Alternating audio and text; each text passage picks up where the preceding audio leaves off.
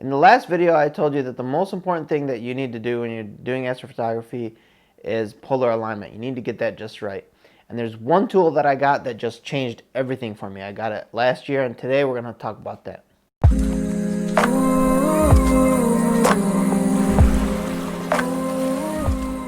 What's up, beardos, and welcome back.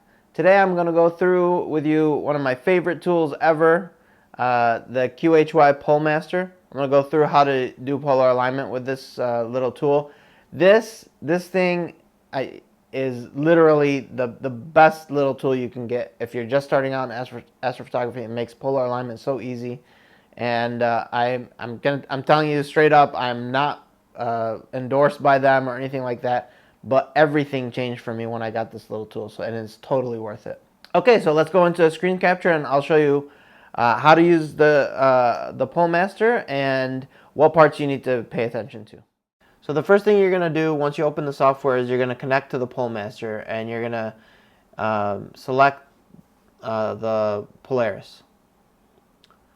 And then once you select Polaris, you have this template, and you want to move the template so that it matches the sky. This is kind of like how the software knows what rotation angle the PoleMaster itself is at. And then after that, what it'll have you do is it'll have you click through, select one star, and you'll click on it. And we'll see that happening now. And then you'll rotate the telescope. It says a minimum of 30 degrees. So here you'll see that I'm actually rotating the telescope. Now you'll want to do this with a hand controller. You won't want to do this manually. Okay, then you click finish. And once you click finish, it'll have you click on it again. And you can see here I'm struggling a little bit with getting it just right, but you will want to make sure that it's very accurate. And now it'll want you to move it another 30 degrees.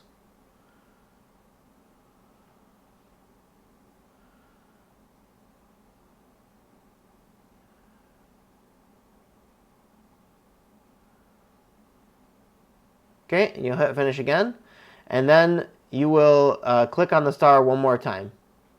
And now what'll happen is there's a circle that'll be drawn, and it'll tell you basically that you want to make sure that the star stays on the line as you put it in the home position. Now let's pause here for a second and talk about this part, because this part is the most critical part in the polar alignment routine with the PoleMaster. Now, I don't work with QHY, and I don't know exactly what they're doing, so I can only assume. But I do know that you can get the radius and the center of a circle by knowing 3 points on that circle. And if you remember what you did, we clicked on the star 1, 2, and 3 times. And basically we moved it at minimum 30 degrees in between those 3 times. And what those points are likely doing is those points are being used to calculate where the center of the circle is and the radius of that circle. And this is extremely important because the center of the circle is going to be the North Celestial Pole. And if you remember from the last video, that's what you're trying to align to. So if you don't get this part right, basically no matter what you do, even if you do every other thing after that perfectly, you won't be aligned to the North Celestial Pole because you'll have miscalculated the North Celestial Pole. So it's very important that when the star is slewing back, or when you're slewing back to home, that star stays on that line.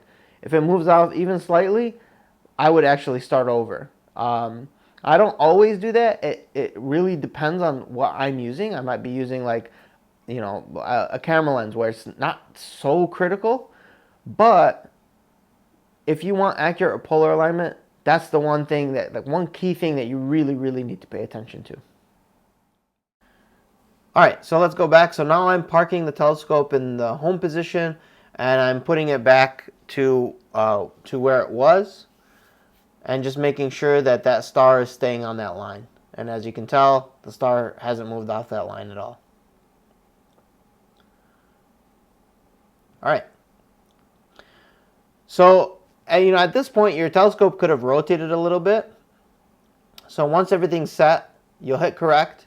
And then it'll have you click on Polaris again and rematch that template. And you'll be slightly off sometimes. So you'll see sometimes I'll adjust it a little bit, just make sure it's correct. All right. So now what's happened is it's figured out where you are and where you should be. And so it'll have you do a rough polar alignment using the azimuth and the altitude adjustment knobs on your telescope. You can see here I'm moving it into the circle, and then I'll move it over the crosshairs.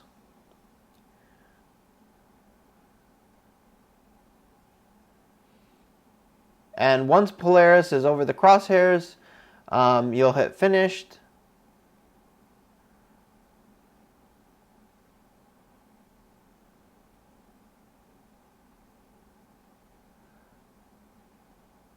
And then it'll have you double click on Polaris again and make sure that that template is correct. And you'll hit success one more time. And then you'll hit start monitor. And this is your fine adjustment stage. So now what you want is the red crosshairs and the green crosshairs to be perfectly over each other. Now, sometimes seeing can, affect this. That's why it kind of moves around, especially if there's clouds. That'll affect it as well, so that'll make it a little bit more difficult.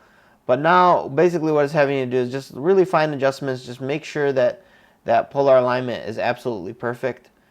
And once it is, you're pretty much done.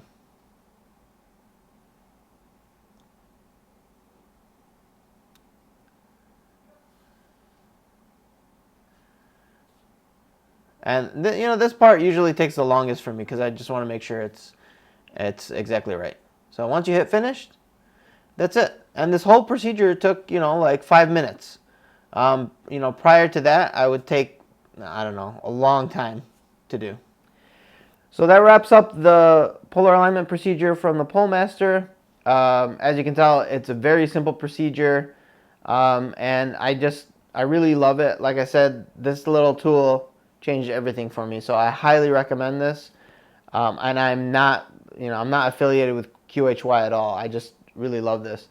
Prior to this, I would spend hours doing polar alignment, and it would never come out right.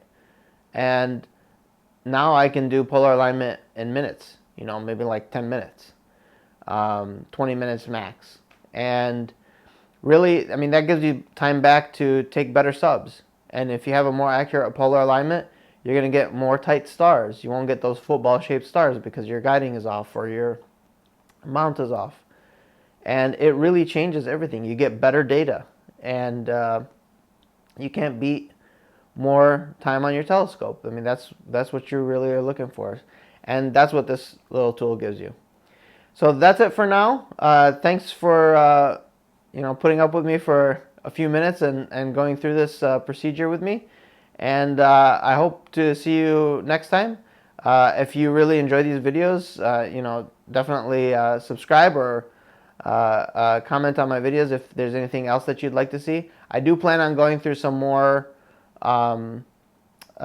procedures, different procedures for polar alignment, but this is the one I figured I'd start with because it's so great. Okay, until next time, thanks. See ya.